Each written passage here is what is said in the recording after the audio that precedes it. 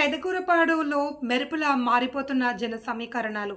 పెదకూరపాడు మండల కేంద్రంలో ఉమ్మడి కూటమి అభ్యర్థి భాష్యం ప్రవీణ్ సత్యమని మహిళలతో భారీ ర్యాలీ నిర్వహించారు. లగడపాడు రోడ్లోని అమ్మ బస్టాండ్ సెంటర్ నుండి అంబేద్కర్ సెంటర్ వరకు ఎల్లో బెలూన్లు పట్టుకుని సైకో పోవాలి, సైకిల్ రావాలి అంటూ నినాదాలు చేస్తూ ర్యాలీ నిర్వహించారు. ఈ సందర్భంగా భాష్యం ప్రవీణ్ సత్యమని మాట్లాడుతూ నియోజకవర్గంలో టీడీపీ హవా పనిచేస్తున్న జన సమీకరణాలు రోజుకు మెరుపులా మారిపోతున్నాయన్నారు. నిన్న పోస్టల్ బ్యాలెట్ టీడీపీకి అనుకూలమని నమోదైందని అన్నారు. 2014 నుండి పంచుకోటగా ఉన్న పెదకూరపాడు 2024లో రిపీట్ అవుతుందని అన్నారు.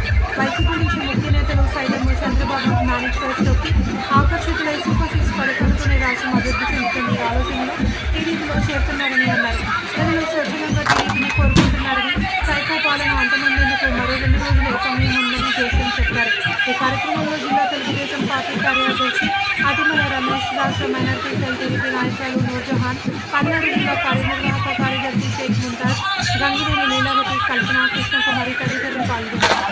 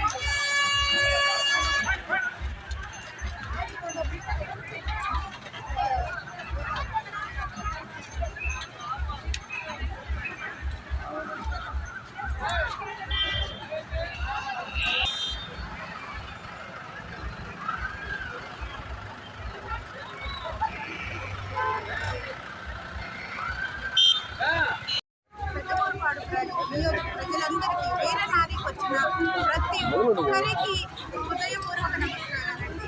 మనం ఇంత సక్సెస్ చేసుకున్నాము. ఎంత సంతోషంగా ఉందంటే ప్రజలు ప్రతి ఒక్కరూ ఇంట్లో నుంచి అందరూ మహిళలు కానీ అన్నదమ్ములు కానీ ప్రతి ఒక్కరు బాబాయి పెదనాన్న అనే వ్యక్తి లేకుండా ప్రతి ఒక్కరు ఇంట్లో నుంచి వచ్చి ప్రవీణ్ గారికి మేమున్నాము, తప్పకుండా మనం అందరం సక్సెస్ చేసుకుందాం, తప్పకుండా మనం గెలిపించుకుందాం, అభివృద్ధి చేసుకుందామని అందరూ మన బయటకు వచ్చి ప్రతి ఒక్కరూ స్పందన చాలా బాగుందండి.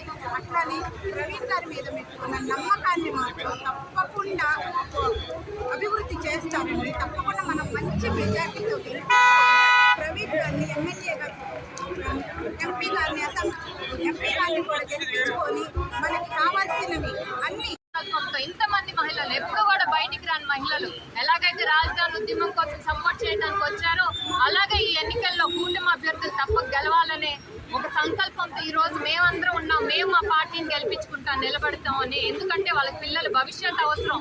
ఎక్కడో వలసపోకుండా ఇక్కడే ఉద్యోగాలు వస్తాయి, పరిశ్రమలు వస్తాయి, కూటమి అభ్యర్థి ఏదైతే ప్రభుత్వం వస్తుందో అని ఒకే ఒక ఆశతో ప్రజలందరూ కూడా వస్తున్నారు.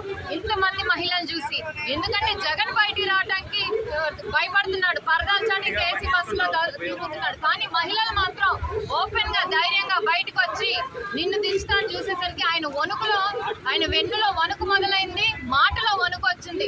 అందుకే వాళ్ళ చెల్లెలే అంటుంది, స్వయాన సొంత చెల్లెలే, ఓడిపోతానని తెలిసి పుట్ట సర్దుకొని పాస్పోర్ట్ రెడీ చేసుకుంటున్నాడు పారిపోదా అని చెప్పి. ఆయన పారిపోక ముందే మనం అందరం మనకున్న ఓటు హక్కుతో ప్రతి ఒక్కరు 13వ తారీఖు తప్పకుండా బయటకు వచ్చి ఓటేసి కూటమి అభ్యర్థి గెలుపు, పెదకూరపాడు ఎమ్మెల్యే అభ్యర్థి భాష్యం ప్రవీణ్ గెలుపుకి, అలాగే ఎంపీ అభ్యర్థి శ్రీకృష్ణ గెలుపుకి అందరం కూడా ముందుండి ఆ ఓటు